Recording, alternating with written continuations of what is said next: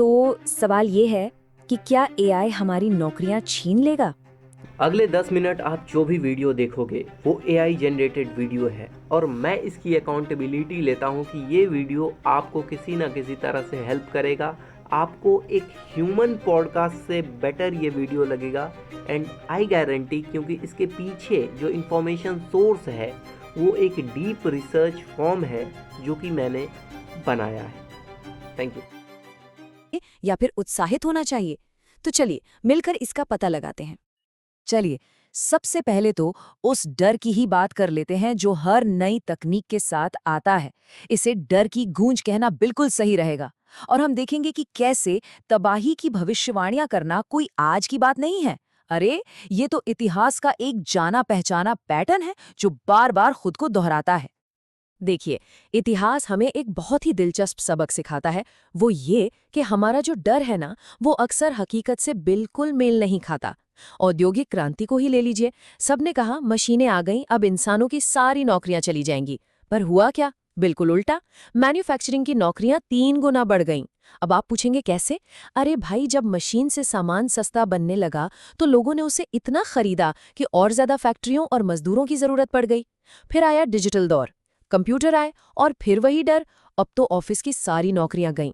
लेकिन हुआ ये कि नौकरियां कम होने के बजाय और बढ़ गईं, क्योंकि डेटा प्रोसेसिंग से इतने नए और पेचीदा काम पैदा हो गए जिनके बारे में किसी ने सोचा भी नहीं था। ठीक है, तो अगर इतिहास में हमेशा ऐसा ही होता आया है, तो फिर इस बार इतना डर क्यों है? ये डर इतना गहरा क्यों लग रहा है? क्योंकि इस बार निशाना अलग है। पहले हमला हमारे हाथों पर था, हमारी गिनती करने की ताकत पर था। पर इस बार निशाना सीधा हमारे दिमाग पर है, हमारे कॉर्टेक्स पर। एआई उन चीजों में घुस रहा है जिन्हें हम हमेशा से सिर्फ इंसानी मानते आए थे, जैसे कि रचनात्मकता, रणनीति बनाना, सोचना। और यही एक बात इस पूरी क्रांति को पहले से अलग और ज्यादा डरावना बना देती है। और डर की एक और बहुत बड़ी वजह है रफ्तार। जरा इस रफ्तार का अंदाजा लगाइए। भाप के इंजन को हमारी दुनिया में पूरी तरह फैलने में दशकों लग गए। पर्सनल कंप्यूटर को कुछ साल लगे, लेकिन चैट जीपीटी सिर्फ 2 महीने लगे उसे 10 करोड़ लोगों तक पहुंचने में। ये तो बिजली की रफ्तार है। समाज को न सांस लेने का मौका मिल रहा है, न ही इस बदलाव के लिए खुद को तैयार करने का। और जाहिर है, यही तेजी हमारे डर को और भी ज्यादा बढ़ा रही है। चलिए अब बात करते हैं दूसरे हिस्से की, गायब होता मध्य वर्ग। हर तकनीकी क्रांति का एक पैटर्न होता है। वो हमेशा एक खास तरह की नौकरियों पर हमला करती है। वो नौकरियां जो बीच में होती हैं, जो थोड़ी रूटीन होती हैं, जिन्हें बार बार एक ही तरीके से किया जाता है। लेकिन मजे की बात यह है कि ये बीच का हिस्सा हर दौर में बदलता रहता है। आइए देखते हैं कैसे। इस पैटर्न को समझने के लिए ना एक बहुत कमाल की चीज है, मोरावेक का विरोधाभास। ये एक बड़ी अजीब लेकिन सच्ची बात बताता है कि जो काम इंसानों के लिए बहुत मुश्किल हैं, जैसे चेस खेलना या मुश्किल से मुश्किल गणित के सवाल हल करना, वो एआई के लिए बच्चों का खेल है। और जो काम हमारे लिए बहुत आसान है, जैसे सीढ़ियां चढ़ना या मान लीजिए घर का कोई पाइप ठीक करना, वो एआई के लिए लगभग नामुमकिन है। और यही वजह है कि आज एक डेटा एनालिस्ट की नौकरी एक प्लम्बर की नौकरी से ज्यादा खतरे में है ना? ये हैरान करने वाली बात। तो ये जो बीच का हिस्सा है ना, ये हमेशा बदलता रहा है। देखिए, औद्योगिक युग में मशीनों ने निशाना बनाया कुशल कारीगरों को, जैसे बुनकर और लोहार जो उस वक्त के एक्सपर्ट थे। फिर आया डिजिटल युग, कंप्यूटर ने निशाना बनाया क्लर्क को, जैसे टाइपिस्ट और बुककीपर जिनका काम रूटीन था। और आज एआई निशाना बना रहा है जूनियर नॉलेज वर्कर्स को, मतलब जूनियर कोडर, लेखक, एनालिस्ट। तो पैटर्न साफ है, हर युग में तकनीक ठीक उसी मध्यम वर्ग पर चोट करती है जो उस समय अर्थव्यवस्था की रीढ़ की हड्डी होता है। लेकिन एआई का दौर एक ऐसा नया खतरा लेकर आया है जिसे हमने पहले कभी नहीं देखा, और वो है अप्रेंटिसशिप संकट या प्रशिक्षुता संकट। और यकीन मानिए, ये एक बहुत ही गंभीर समस्या है जिसके नतीजे बहुत दूर तक जा सकते हैं। जरा सोचिए, कोई भी एक्सपर्ट बनता कैसे है? एक सीढ़ी होती है ना, पहली सीढ़ी पर एक जूनियर छोटे मोटे उबाऊ काम करके सीखता है। फिर दूसरी सीढ़ी पर वो किसी सीनियर के साथ काम करके तजुर्बा हासिल करता है, और तब जाकर वो खुद एक्सपर्ट बनता है। लेकिन एआई क्या कर रहा है? वो इस सीढ़ी की पहली पायदान ही तोड़ रहा है। वो सारा शुरुआती ग्रंट वर्क, मतलब डेटा एंट्री, बेसिक रिसर्च, पहला ड्राफ्ट बनाना, ये सब अब एआई कर रहा है। तो सवाल ये उठता है कि अगर जूनियर को सीखने का ये पहला मौका ही नहीं मिलेगा, तो कल के डॉक्टर, वकील, इंजीनियर और मैनेजर आएंगे कहाँ से? बात सिर्फ आज की नौकरियों के जाने की नहीं है। हम भविष्य के एक्सपर्ट्स बनाने की अपनी पूरी क्षमता ही खो रहे हैं। तो क्या इसका मतलब ये है कि सब कुछ खत्म होने वाला है? नहीं, बिल्कुल नहीं। और यहीं से हमारा तीसरा हिस्सा शुरू होता है, मूल्य का प्रवासन। होता क्या है कि जब भी तकनीक किसी एक हुनर को सस्ता या बेकार कर देती है, तो इंसानी कीमत, इंसानी वैल्यू किसी और जगह शिफ्ट हो जाती है, उस जगह जहां मशीनें नहीं पहुंच सकती। तो चलिए देखते हैं कि भविष्य में हमारी असली वैल्यू कहाँ छिपी होगी। ये जो वैल्यू का शिफ्ट है ना, ये 3 बड़े दौर में हुआ है। सबसे पहले औद्योगिक युग। जब मशीनों ने इंसानी ताकत की जगह ली, तब सबसे कीमती इंसान कौन था? वो जो अनुशासित था और जिसके हाथों में सफाई थी। फिर आया डिजिटल युग। जब कंप्यूटर गिनती करने लगे, तब वैल्यू शिफ्ट हो गई लॉजिक और मुश्किल सोच पर। और अब एआई का युग। जब एआई हमें जानकारी और कंटेंट दे रहा है, तो सबसे कीमती इंसानी गुण क्या है? वो है सही गलत का फैसला लेना, यानी जजमेंट, और अपने फैसलों की जिम्मेदारी लेना, यानी अकाउंटेबिलिटी। ये टेबल पूरी कहानी को साफ साफ दिखाती है। हर दौर में जो चीज तकनीक आसानी से करने लगती है, उसकी वैल्यू कम हो जाती है। पहले शारीरिक ताकत की वैल्यू कम हुई, फिर कैलकुलेशन और याददाश्त की, और अब बेसिक कंटेंट बनाने की।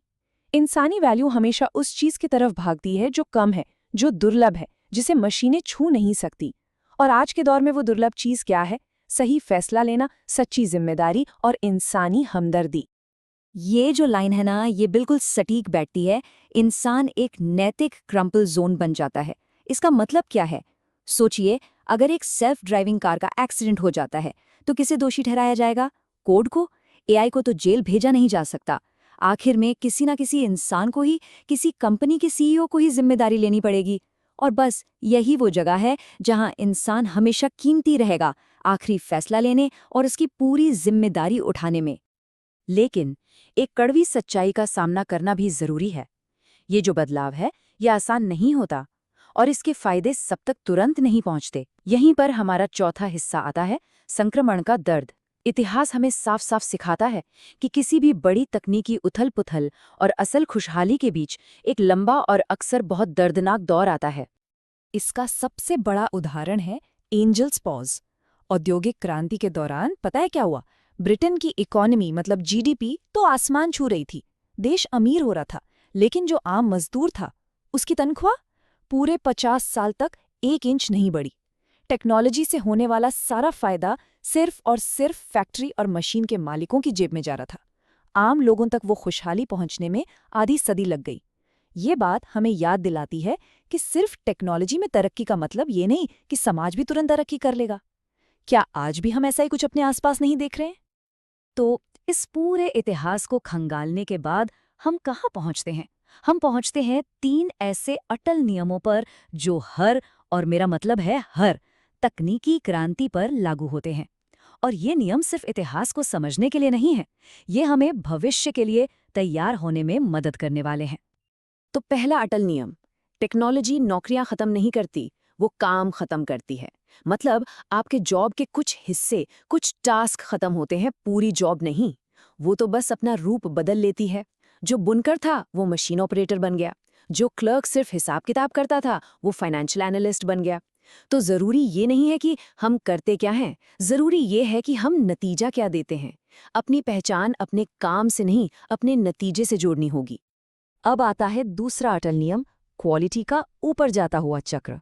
सोचिए, जब कोई चीज़ बहुत सस्ती या मुफ्त हो जाती है, तो हमारी उम्मीदें उससे और बढ़ जाती हैं, है ना? जब कपड़ा सस्ता हुआ, तो लोगों ने सादे कपड़ों की जगह डिज़ाइनर फैशन मांगना शुरू कर दिया।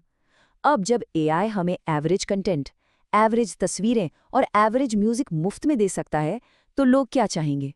लोग चाहेंगे कुछ असाधारण, कुछ पर्सनल, कुछ ऐसा जो दिल को छू जाए। और क्वालिटी के उस ऊंचे लेवल तक पहुंचने के लिए हमेशा इंसानों की जरूरत पड़ेगी। और आखिर में तीसरा अटल नियम, वैल्यू हमेशा उस चीज की तरफ भागती है जिसकी कमी हो। सीधी सी बात है, जिस चीज की कमी होती है उसकी कीमत बढ़ जाती है। तो एआई के इस दौर में जब इंटेलिजेंस और जानकारी की कोई कमी नहीं, जब जवाब हर जगह मौजूद हैं, तो किस चीज की कमी है?